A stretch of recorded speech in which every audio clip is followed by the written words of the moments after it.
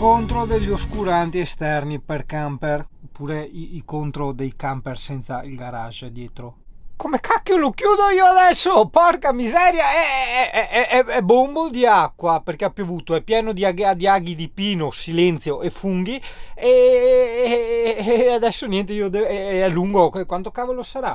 Sarà 4 metri di lunghezza, hai capito? E io devo arrotolarlo tutto bello ciuso significa ben stretto, ben compattato, per metterlo qua dentro. Non so se ce la farò, o meglio, non so quante imprecazioni necessiterò per svolgere questa attività di riordinamento. Sì, proviamo cosa? Ci smerdiamo tutto il camper, tutta la tappezzeria del camper. Cioè veramente, perché così, no beh figurati, così non ci entrerà mai.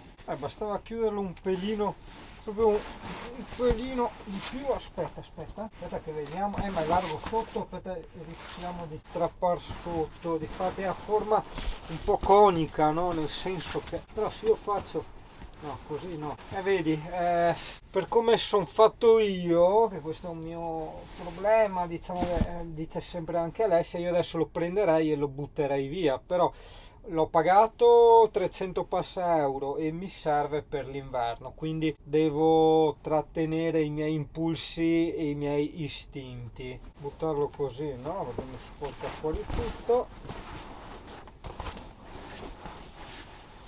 Aspetta, riprovo. Di che così non vai? Così, che forse puoi anche andare. Se vai così, perché dopo dipende molto anche insomma dalla confezione che ti danno, però questa sembra intelligente, vediamo.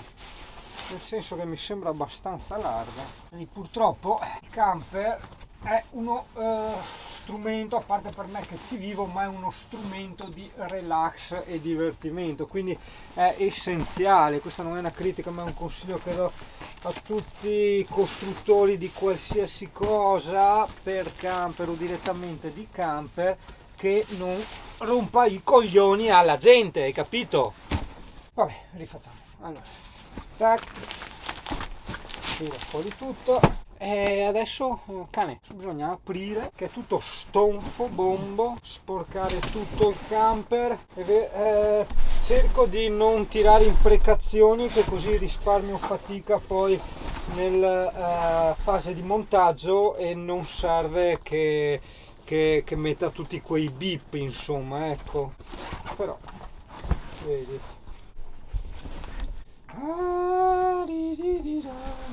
fuori è pieno di sabbia bagnata, già ora per prendere in mano la fotocamera l'ho riempita tutta di sabbia. Non posso andare fuori a sistemare questa roba qua. Tanta calma, mi prenderò un'altra camomilla e niente, ripulirò tutto il camper, perché adesso smerderò tutto il camper.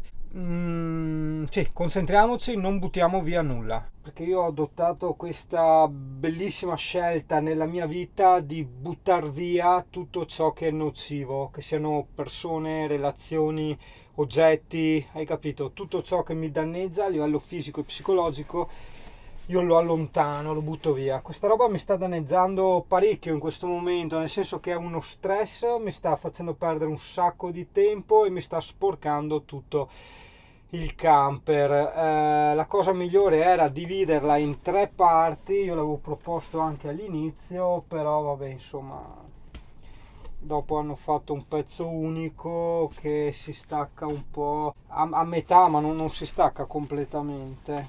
Stracazzo di... Cioè, devo cambiarmi anche tutti i vestiti adesso, porco bip bip bip. Allora no, questa cosa ovviamente non durerà altri 2-3 giorni, il primo bidone l'immondizia e lo butto dentro.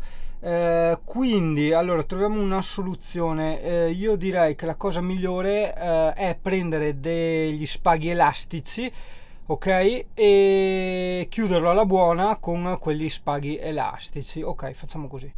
C'era il nonno che osservava le mie imprecazioni, ma è giustamente perché lui è lì tranquillo e sereno che osserva il mare in tempesta e io sono qua che bestemmio con sta rottura di palle. In ogni caso gli elastici non li ho trovati, ho trovato questa roba qua. Lo proviamo così alla buona. Sì, però no, fermi, la parte sporca è quella, allora noi faremo anche così, secondo me, alla buona, proprio tanto alla buona, così secondo me può essere già fattibile, perché se uno deve usare tutti i giorni questi oscuranti esterni, ovvio che ci rinuncia, ovvio, cioè che stai là a romperti i coglioni così tutti i giorni, fa anche, no, gli do fuoco. Niente, ci voleva 3 pezzi come avevo proposto io. Vabbè, purtroppo io quando, non so, c'è una specie di istinto, quando dico le cose, se non sono quelle poi succedono disastri. Vabbè, chiudo sta merda, tac. Adesso così, porca bip, non ci si muove, più o meno, dai. Questa è una cosa che sto continuando a pagare da tantissimi anni, ossia questa mia scarsa fiducia nelle mie prime impressioni. Quando io, in tutta la mia vita, che fosse stato su cose materiali o su qualsiasi altra cosa, quando io penso, no, proprio di pancia, così di istinto, alla prima soluzione, ok, a quello che io vorrei, e poi non è quello, perché ascolto altre persone, mi fido dei consigli degli altri, eccetera, succedono disastri. Ogni volta bestemmio come un dannato e ritorno nei miei passi, ossia, per esempio, faccio un esempio assolutamente inventato e insensato. Io dico: questa stanza va verniciata di rosso.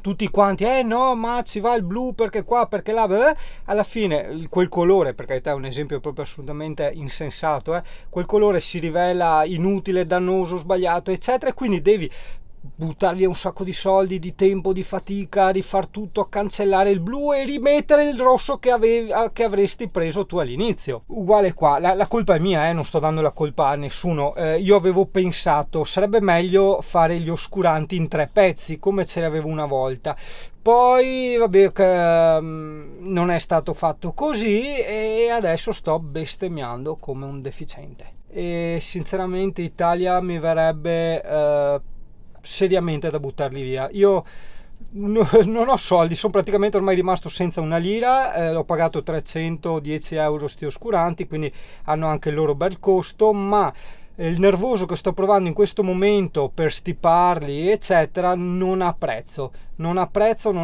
quindi io pagherei volentieri 300 euro per non avere rotture di coglioni, quindi li butterei via, però per il momento calmiamoci.